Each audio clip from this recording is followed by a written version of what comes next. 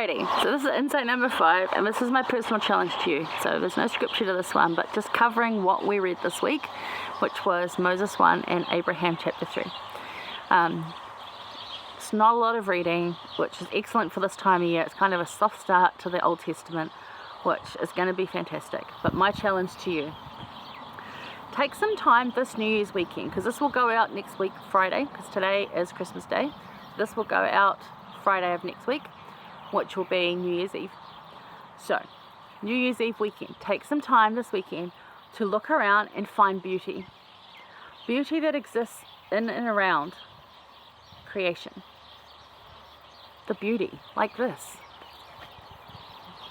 Wow, like this. All of it.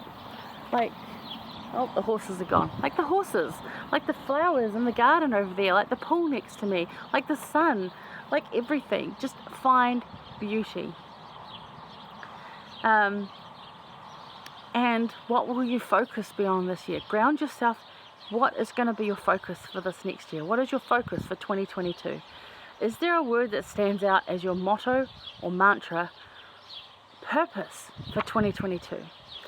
Now, forward was my word for 2021, and boy did I need it, because there were many times that I just felt exhausted and that I couldn't keep going. I really felt like a depleted pioneer on the plains that was just going to just lie down and die. But I didn't. I kept going. Forward. Tiny baby steps sometimes bigger leaps, but forward. That was my word, and it kept me going. So it kept me focused on the bigger picture. It really did. Forward. It's a bigger plan. Don't look myopically. Bigger plan. So my word for 2022 is change. So much of my world's already changed, and I don't want to talk about it because I'll start crying again. Friends have moved. Yeah. Friends have moved. Things are changing. We're looking at moving. It's changing. It's overwhelming for me. It's huge.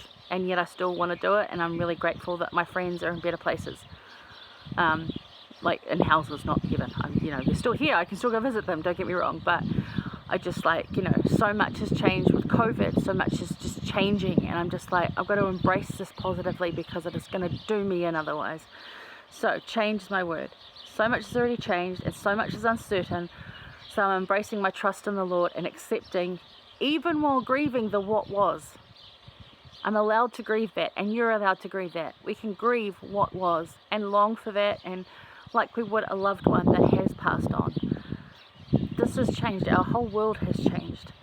All the changes He sends, I'm going to embrace all the changes the Lord sends, because I trust He'll watch over me, and always will watch over me, and will always provide.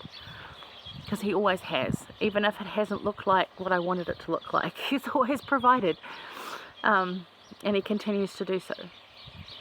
Yeah, so that's my word for 2022 is change. And I found this really cool quote from John Taylor that I've always loved. I've always loved John Taylor. I always thought he was a man. Pretty cool dude. And to think that he was saying this before grounding or meditation was even a thing. It was a thing, but it wasn't popularized like it is now. And boy, do we need it. And if you're thinking it's mumbo jumbo, don't. Have an open mind. Go try it. Really try it. And you can do different ones. There are different ones. So I tried a lot of guided meditations before I found one that I loved. And again, I will direct you to at Refill My Soul, because she is awesome.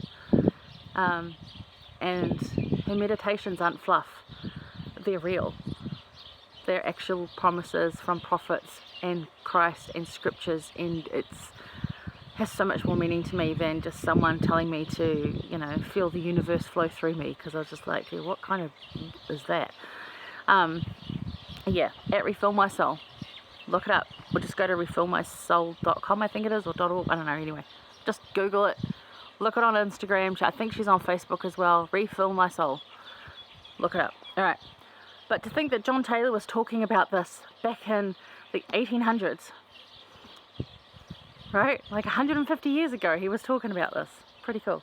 So he said, I wish to contemplate the works of nature and to know something of nature's God and my destiny.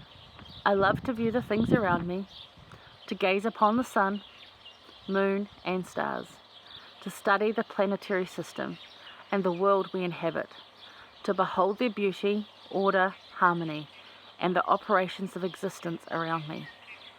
It's so beautiful. He was grounding himself and then meditating on it, meditating on his place and his purpose and his work and how he fitted into all of this. Because it's nuts sometimes, right? So do that. That's my challenge to you. Take that, and I post the quotes after I post these. So look for that if you want to, read it again or save it or whatever. But that's my thoughts for this week, and look forward to next week. We're going to get into more Old Testament. I haven't even started the reading yet because I'm going to enjoy my Christmas swim and then go eat some delicious food. And I wish you guys a happy new year, because this is when you'll see it. And thank you for joining me again this week, and I will see you later. Bye. Mwah. Happy 2022, people.